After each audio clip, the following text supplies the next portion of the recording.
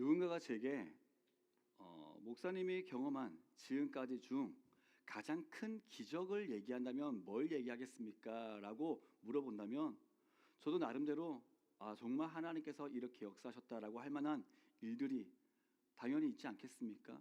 그런데 그 가운데 아무리 곱씹어봐도 그 중에서 가장 큰 기적이라고 한다면 이거 한 가지를 얘기할 것 같습니다. 바로 믿음입니다. 다르게 표현하면 오늘 말씀 제목처럼 거듭남이라는 겁니다. 이유는 그냥 내가 교회 왔다라는 믿음 말고 얘기 말고요. 정말 예수님을 전심으로 나의 주인으로 고백하고 그 고백에 맞게 세상과 타협하지 않으며 정말 말씀을 지키고 하나님의 기뻐하심을 위해 살아갈 수 있을 정도의 믿음. 그런 믿음이 생기는 게 절대 인간의 힘으로는 불가능하더라고요. 내가 하고 싶다고 그것을 처음에 나도 그런 믿음이 있으면 좋겠다라고 오는 것까지도 가능합니다. 의지가 있습니다. 그런데 끝까지 그 마음을 유지하는 것도 힘들고요. 믿음이 있다가도 그 믿음이 더 자라도록 유지되는 것도 내 의지만으로는 힘들더라 말입니다. 그래서 이 믿음은 성경을 봐도 하나님의 영역이고 참 신비롭다라고 얘기를 할 수 있습니다. 그리고 오늘 말씀에는 이 기적 같은 믿음의 문턱에서 씨름했던 한 사람이 등장함을 볼 수가 있습니다. 바로 니고데모입니다.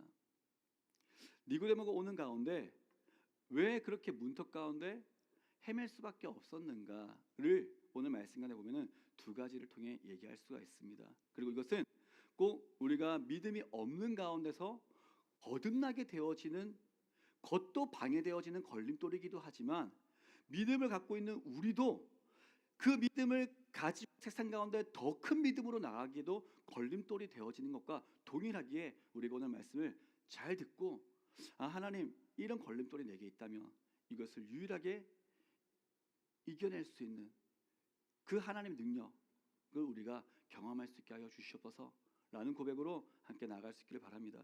첫 번째 걸림돌이 뭐였냐면은 주변 환경의 의식입니다. 다르게 보면은 세상 가운데 하나님을 우선하며 나의 가치를 둘 것인가 아니면은 주변을 더욱더 의식하며 살 것인가 라는 우리가 늘 말하는 의식에 대한 부분입니다. 1절 말씀 우리 같이 함께 보겠습니다. 1절 함께 읽습니다. 시작. 그런데 바리새인 중에 니고데모라 하는 사람이 있으니 유대인의 지도자라. 아멘. 니고데모는 여기서 소개하며 나오듯이 당시에 가장 엄격한 율법주의자들, 이게 이제 바리새인들이었습니다. 우리는 늘 너무나도 잘 듣지만은 바리새인이 그런 존재들이에요. 이들이 율법 하는 이유가 그들에게는 가장 이것이 엄격하고 중요한 원칙이었기 때문입니다. 그리고 유대인의 지도자로서 자리 잡고 있었던 이제 공동체죠. 그리고 뿐만 아니라 유대 사회의 최고 의결 기구가 있었습니다. 그게 뭐냐면 바로 사내들인 공회였습니다. 이 공회의 회원이었어요. 즉 이렇게 얘기할 수 있습니다. 종교적으로, 사회적으로, 정치적으로 당대 최고의 엘리트다. 그리고 지도자다. 많은 것을 가지고 있는 사람이다 라는 겁니다. 그런 그가 예수님을 찾아왔어요. 근데 여기서 우리가 집중해서 주목해서 봐야 될 부분이 있습니다. 무엇이냐면 바로 니고데모가 찾아온 시간이라는 거예요. 2절 상반절을 보면은 이렇게 얘기합니다. 제가 읽겠습니다. 그가 밤에 예수께 와서 이르되. 자, 언제 왔다고요? 밤에 왔다는 겁니다. 이 시간에 온 것에 대해서 크게는 두 가지로 이렇게들 얘기합니다. 한 가지는 주변의 시선들을 의식해서, 왜냐하면 앞서 말씀드린 것처럼 니고데모는 공회 의원이고 바리새인 중에 바리새인이고 여러 가지를 의식할 수밖에 없던 사람이기 때문에 낮에 와가지고 예수님과 얘기를 하려고 하기에는 큰 부담이 있었다라고 하는 것 한 가지와 그 다음에 또 이런 얘기도 있어요. 낮 동안에는 예수님 너무 바쁘시고 주변에 또 신경 쓰인 것도 있으니까 밤에 와서 좀 깊게 진득하게 얘기하고자 합니다 라고도 얘기도 합니다. 그런데 문맥상 가장 설득력 있는 것을 얘기한다면 그 전에 말했던 것처럼 주변의 시선들을 의식해서 그것들 가운데 문제가 없도록 몰래 찾아왔다라고 하기가 더 쉬울 것 같습니다. 이 모습 통해 우리는 누구나 믿음의 문, 우리가 믿음의 문을 표시할 때, 그리고 믿음의 길을 얘기할 때 이렇게 얘기합니다. 좁은 문, 좁은 길. 누구나 들어올 수 있는 길이긴 하지만은 그 문에 와서 그 문을 통과하기까지가 참 많은 이들이 오지만은 통과 못하더라. 그래서 성경은 좁은 문이라고 얘기합니다. 그리고 여기서는 그 문을 통과하기 위해서는 유일한 분, 오직 예수밖에 없기 때문에도 그렇게 얘기할 수가 있습니다. 이 믿음의 문을 들어가기 위해 또한 믿음의 길에 서는데 방해되는 믿음의 걸림돌 중 하나를 볼 수가 있죠. 그게 바로 주변 환경입니다. 세상의 시선입니다. 니고데모가 속한 이 바리새인 그룹과 사내들인 공회는 공공연하게 예수님과 적대하고 있었던 모습을 우리는 많이 볼 수가 있습니다. 왜냐? 그들에게 예수란 존재는 그들이 지금까지 지켜왔던 그 엄격한 율법주의라고 얘기하지 않았습니까? 그 율법들을 얼핏 보면 무시하는 것처럼 보였어요. 그러니까 자기 마음대로예요. 그리고 뭐만 얘기하면은 신선모독을 하는 것 같아요. 그냥 마음에 안 드는 거예요. 뿐만 아니라 자신들의 권위에 도전하는 것 같죠. 기득권이 흔들리죠. 좋아할 수가 없는, 그런데 그냥 아무것도 아닌 것 같은 이면 상관이 없는데 막 기적이 일어나요. 사람들이 막 예수 하면 따라요. 뭔가 있어 보여요. 하니까 이게 문제가 되는 겁니다. 그래서 이러한 동료들이 적대하고 있는 예수를 찾아간다. 니고데모는 신경이 쓰일 수밖에 없었죠. 걸림돌이 되었습니다. 만약 그가 예수님을 찾아간 사실이 알려지면 어떻게 보면 그가 평생에 쌓아올린 자신의 사회적인 지위, 명예, 기득권을 잃어버릴 수도 있다라는 게 니고데모의 입장입니다. 요한복음 12장 42절 43절 말씀은 이런 분위기를 더 잘 알려주고 있습니다. 함께 보겠습니다. 42절 43절 시작. 그러나 관리 중에도 그를 믿는 자가 많되 바리새인들 때문에 드러나게 말하지 못하니 이는 출교를 당할까 두려워함이라. 그들은 사람의 영광을 하나님의 영광보다 더 사랑하였더라. 아멘.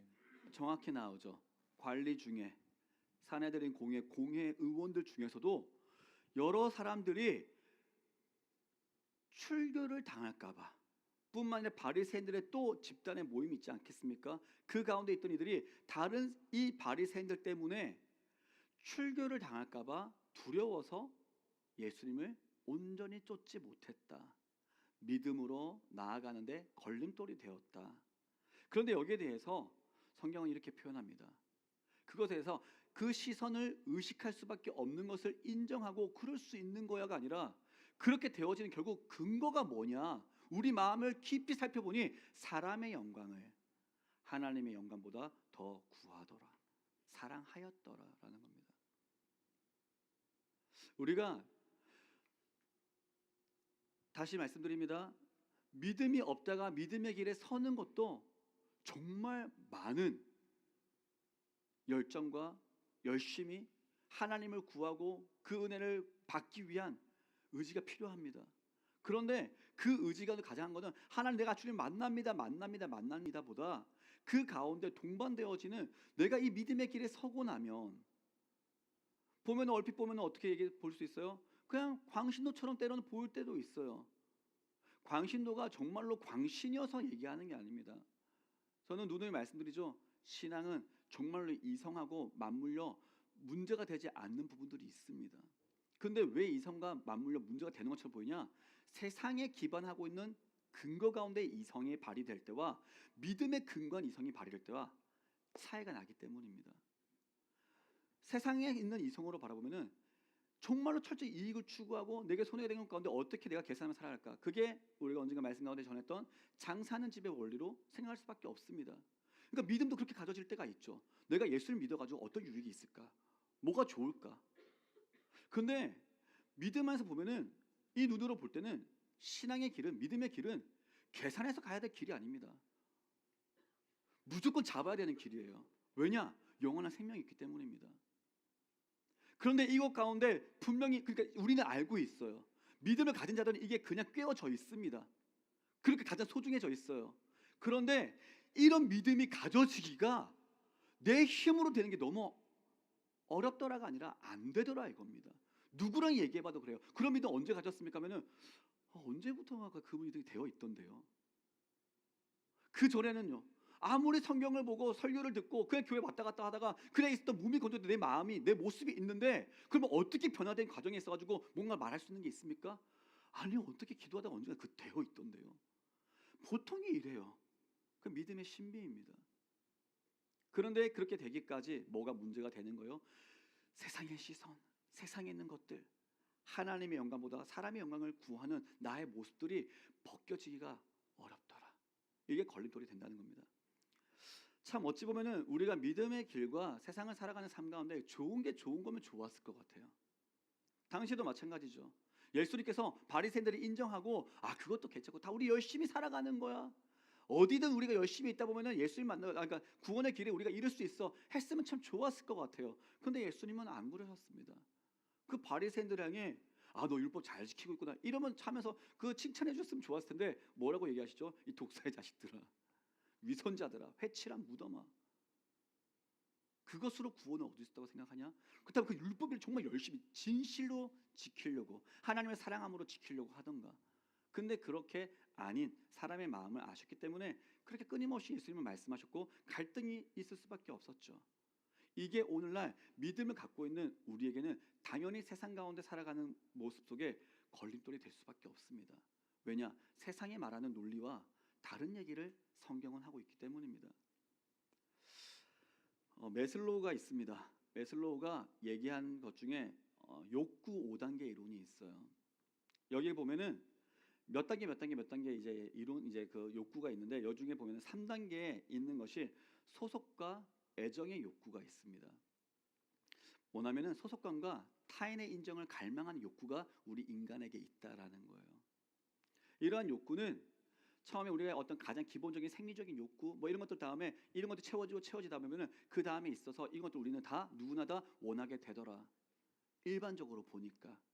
그래서 이러한 욕구가 가족과 학교, 직장 등에서 더 잘하고자 하는 좋은 동기가 되기도 하더라라고 합니다. 그런데 좋은 동기가 되기도 하지만 또 한편으로는 문제점도 있어요. 뭐냐? 그 인정을 과하게 갈망하게 되면 채워지지 않는 욕구와 두려움에 지치고 때론 자신을 잃어갈 수도 있다라고도 얘기를 합니다.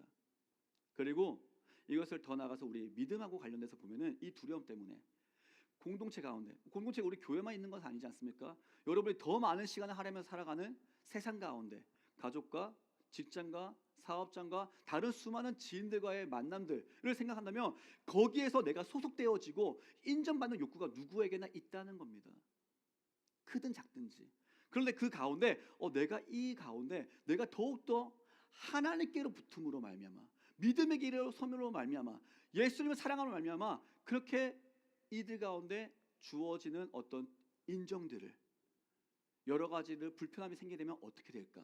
라는 그 두려움 때문에 가장 중요한 이 신앙적인 가치관, 믿음의 길에서 양심에 어긋나는 길인 줄로 알면서도 때로는 걸림돌이 될 때가 있다라는 것입니다.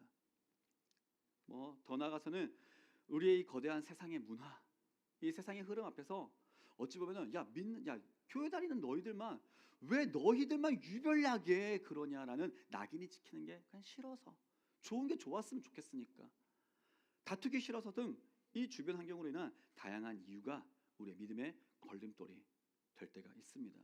그리고 또 어떤 걸림돌이 있냐? 두 번째 걸림돌은 앞서 잠깐 말씀드렸지만 이성의 한계라는 걸림돌이 있습니다. 니고데모는 주변 환경에 걸림돌이 있었어요. 자, 여기가 이제 중요합니다.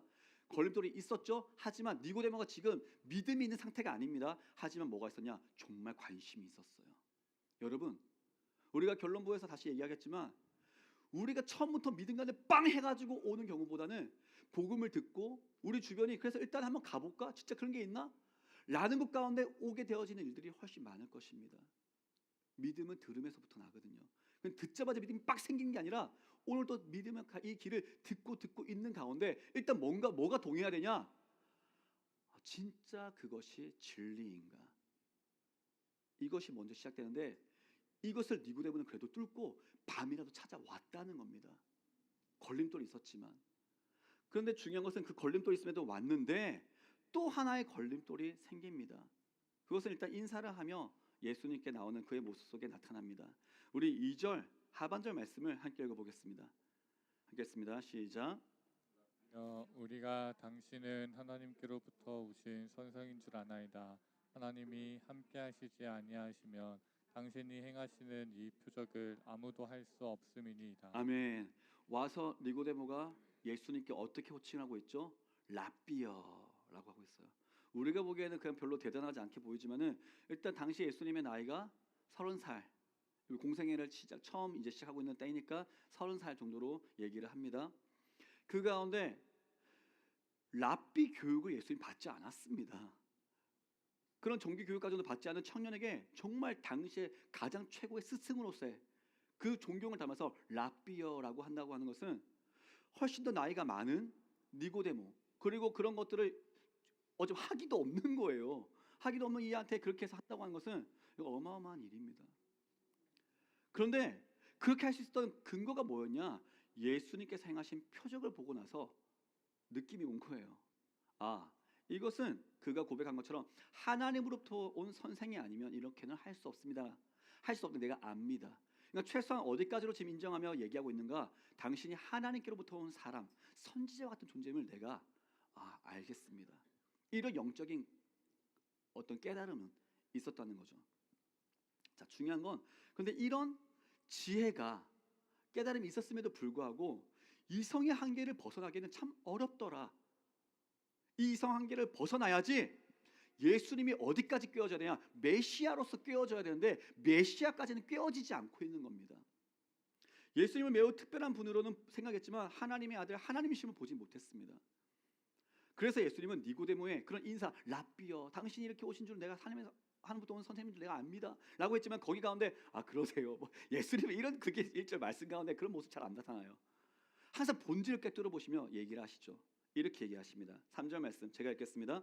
예수께서 대답하여 이르시되 진실로 진실로 내게 이르노니 사람이 거듭나지 아니하면 하나님의 나라를 볼 수 없느니라. 아멘. 어떤 말씀인가요?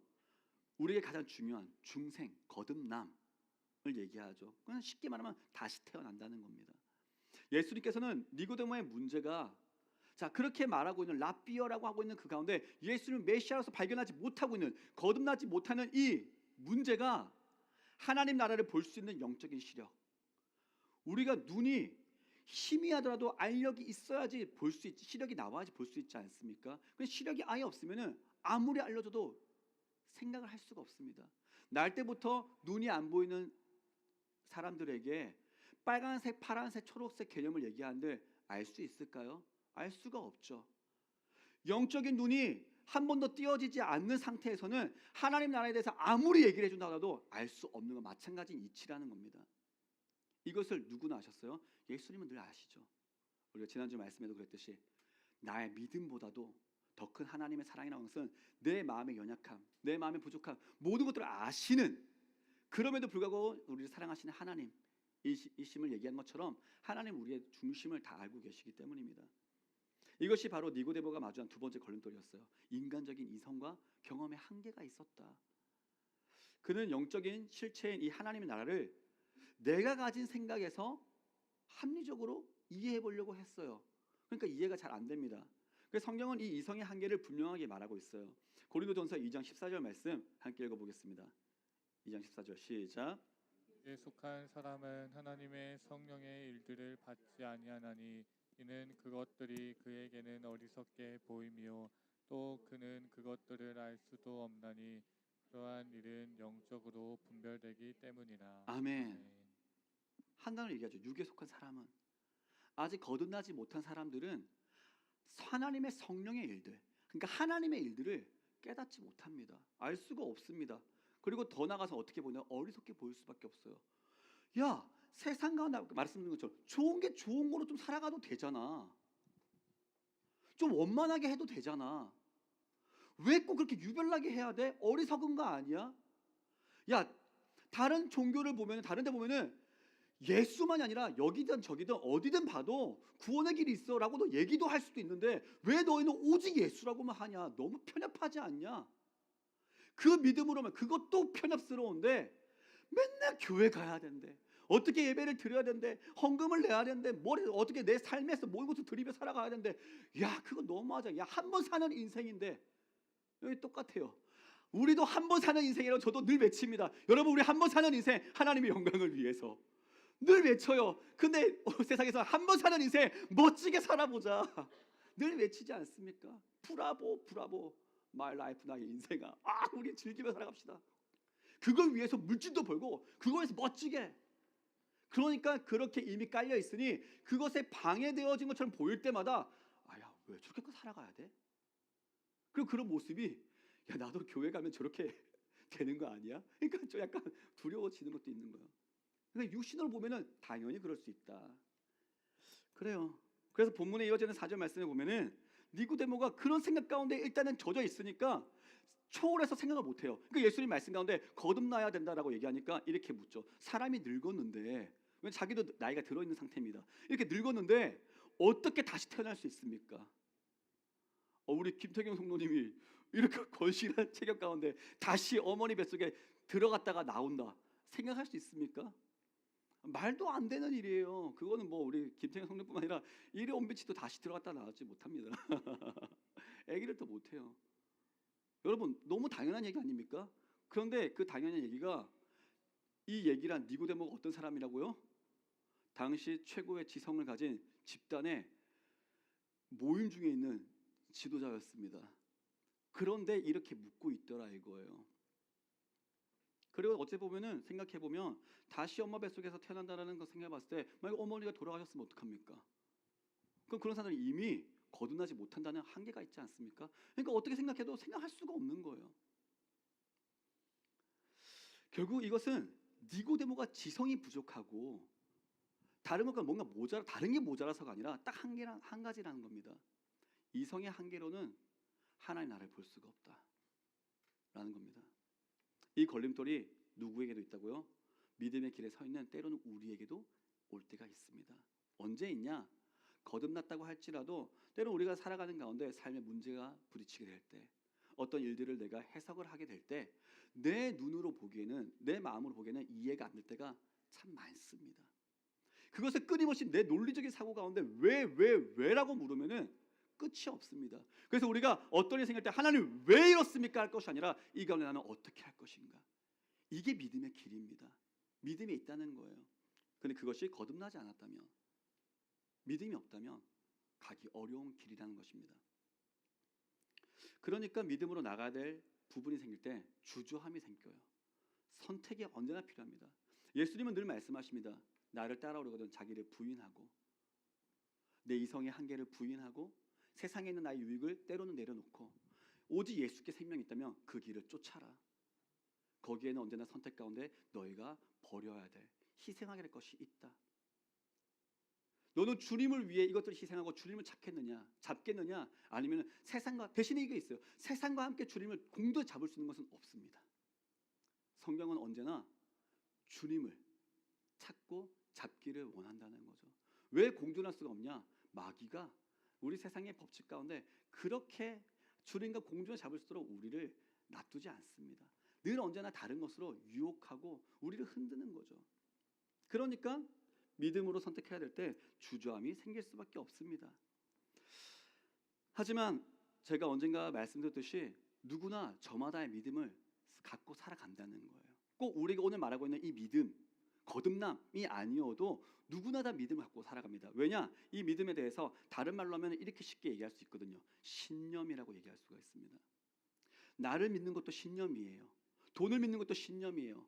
그리고 사람을 믿든지 과거를 믿든지 미신을 믿든지 무엇인가를 믿고 그런 신념을 갖고 살아간다는 것입니다. 왜냐? 이 믿음이라는 자체가 지금 당장 눈에 보이는 게 객관적으로 나와 있는 요소가 아니기 때문이에요. 앞을 보고 살아가는 겁니다. 지금 없지만. 그러니까 내가 이런 것들을 의지해서 이렇게 살아가리라, 모든 것이 믿음이 되는 거죠. 근데 그 믿음 가운데 우리는 정작 하나님의 역사를 믿어야 하는 선택이 돼서 머리로 선택하려고 하니 문제가 된다는 겁니다. 여러분, 이성은 한계가 있습니다. 하나님은 우리의 이성보다, 우리의 모든 지혜보다 크신 존재임을 잊지 않기를 바랍니다. 우리의 경험과 상식의 틀 안에서 신앙생활을 만약에 하려고 한다면 믿음의 길에 들어와 있더라도 분명히 한계에 부딪히게 됩니다. 그때마다 우리가 할 것은 하나님, 나의 이 한계를 하나님 앞에 내려놓습니다. 나의 생각보다 크신 주님께서 나를 다스려 주시옵소서. 그렇게 외치는 것이 우리에게 중요합니다. 그래서 이 부분에 대해서 이 두 가지 걸림돌 가운데 예수님께서 유일한 해결책을 말씀하십니다. 그게 뭐였냐? 거듭나야 한다는 거였어요. 다시 짚어보는 겁니다. 예수님께서는 니고데모가 예수님을 다른 게 아니었어요. 하나님이 보내신 선생인 줄 제가 알겠습니다. 이 정도가 답이 아니에요. 예수님은 분명합니다. 하나님의 아들이십니다. 하나님이시 우리의 유일한 구원자이십니다.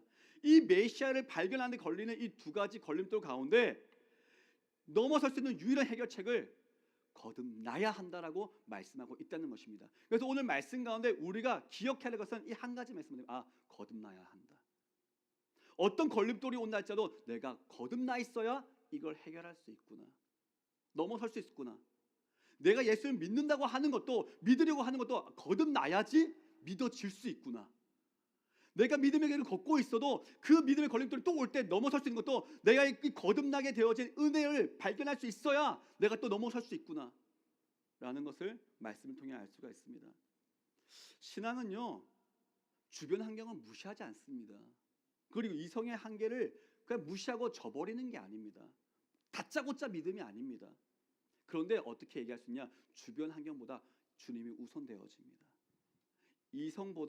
이성을 뛰어넘는 하나님을 인정하는 것이 믿음입니다. 그리고 이것은 우리에게도 동일합니다. 거듭나지 않으면 예수님을 누구도 주라고 시인할 수가 없습니다. 거듭난다고 하는 것은 그저 우리가 윤리적인 어떤 의식, 실천의 변화, 그리고 종교적인 걸당, 내가 믿기로, 내 거듭나기로 내가 작정하리라, 이렇게 한다고 해서 그냥 되는 게 아닙니다. 말 그대로 다시 태어나는 것입니다. 완전히 달라집니다. 믿음이 없던 자가 믿음을 가진 자로 새롭게 태어난 것입니다. 디도서 3장 5절 말씀을 우리 함께 읽어보겠습니다. 디도서 3장 5절 시작. 우리를 구원하시되 우리가 행한 바 의로운 행위로 말미암지 아니하고 오직 그의 긍휼하심을 따라 중생의 씻음과 성령의 새롭게 하심으로 하셨나니. 아멘. 거듭남의 주권은 누구에게 있습니까? 오직 하나님께 있습니다. 그래서 내가 그렇게 하겠다라고 한들 되어지지가 않는 거예요. 그래서 하나님의 영역이고 하나님의 신비이고 그렇기 때문에 가장 큰 기적이다라고 말할 수 있습니다. 그래서 믿음을 우리가 누구나 경험할 수 있고 꼭 경험해야 할 기적이라고 할 수 있는 겁니다. 여러분, 오늘 이 시간 여러분에게 믿음이 있습니까? 그냥 예수님 주인이십니다, 그렇게 해야 됩니다라고 제가 아무리 외치어서 하는 게 아니라 주님이심이 믿어지고 있고 주인이시기 때문에 여러분의 선택 가운데 하나님이 기뻐하시는 선택을 하려고 말부둥치고 있는 여러분의 모습이 보입니까? 그 믿음이 기적입니다. 여러분에게 어떤 하나님에게 기적을 보여주세요 라고 할 때 내가 너를 위하여, 예수께서 너를 위하여 죽고 부활하심으로 말미암아 내게 주신 성령님의 역사하시는 가장 큰 증거인 그 믿음이 있다는 것이 가장 큰 기적이다. 이것을 우리가 기억할 수 있기를 바랍니다. 거듭나게 되면요, 믿음을 갖게 되면 변화가 확실해서 모를 수가 없습니다. 거듭나게 되면은 나의 소속과 정체성의 기준이 바뀝니다. 이전에는 어땠을까요? 세상의 평가가, 사람들의 시선, 세상의 잘됨이 나의 행동을 결정합니다. 그런데 이제는 나를 위해 죽으시고 부활하신 생명의 주인이신 예수님을 생각하며 결정하게 됩니다. 생각해보는 게 나는 그렇게 결정되고 있는가? 또한 거듭나게 되면 새로운 영적인 눈과 마음을 갖게 됩니다. 하나님의 말씀이 믿어집니다. 그 말씀대로 살고자 하는 마음이 샘솟게 됩니다. 왜냐? 이 세상에 있는 가치가 영원하지 않고 하나님 나라의 가치가 영원하기 때문을 믿기 때문입니다. 예수님과의 대화 후에 언제 니고데모가 그러면 거듭나게 되었는가, 완전히 변화가 되었는가 라는 것이 성경에 기록되어 있지는 않습니다. 그런데 이 밤중에 찾아왔죠, 니고데모가. 그랬던 니고데모가 이제 이후에 나타난 몇 장면이 있어요. 근데 그 가운데 보면은 나중에 사내들이 이제 공회에 다른 동료들이 예수님을 막 정죄하려고 합니다. 근데 그때 비난을 감수하면, 왜냐하면 얘기를 어떻게 반론한다는 자체가 비난을 감수한다는 거거든요. 그 비난을 감수하면서 소극적이긴 하지만 예수님을 변호하는 모습이 드러납니다. 달라지고 있는 모습이 과정이 있었습니다. 그리고 이 변화는 가장 끝에는 어떻게 나타나냐? 예수님께서 십자가에 달려 돌아가신 후, 아직 부활하시기 전이에요. 돌아가셨어요. 그런데 놀랍게도 모든 제자들은 그 전에 이미 다 도망갔습니다. 사랑하는 제자 요한 외에는. 그리고 이제는 예수님이 돌아가신 후에 다 숨었어요. 근데 그때 아리마대 사람 요셉과 니고데모가 와서 공개적으로 예수님의 장례를 치르고자 요청을 하고 치르게 됩니다. 이때 니고데모는 장례를 위해서 당시 왕의 장례나 쓸 법할 정도의 어마어마한 양의 몰약과 침량을 드리며 예수님은 나의 왕으로서, 우리 왕으로서 그렇게 장례를 치르는 모습을 볼 수가 있습니다. 이 모습은 어떻게 생각할 수 있습니까? 저치가 예수쟁이가 됐어? 너무나 잘 알 수 있는 모습인 겁니다. 그러면 이렇게 생각할 수 있겠죠. 사회적 지위, 명예, 심지어 이제는 생명까지. 예수님이 지금 돌아가신 상태라니까요. 부활하신 것도 아니었습니다. 죽으심을 보고도 그거 모든 걸 드릴 수 있었다는 것은, 포기할 수 있었다는 것은 이제 어떻게 얘기했을까요? 이가 거듭났구나. 내가 이렇게 해야지라고 해서 한 게 아니라 그렇게 되는 것이더라고요. 이런 용기와 헌신이 그가 거듭났더니 되었더라라고 우리는 성경을 통해 볼 수가 있습니다. 이게 믿음의 모습입니다.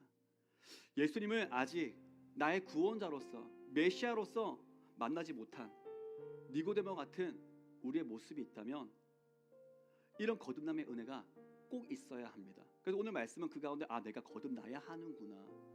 그래야지 이 믿음의 길에서 믿음의 생각과 믿음의 결단을 살아갈 수 있구나 라는 필요성을 오늘 말씀을 통해 알 수 있기를 바랍니다. 그리고 믿음으로 거듭났더라도 여전히 걸리게 되는 이 주변 환경의 시선, 이성의 한계가 올 때, 문제가 올 때 내가 다시 오늘 또 새롭게 거듭나야 되는구나. 믿음으로 날마다 새롭게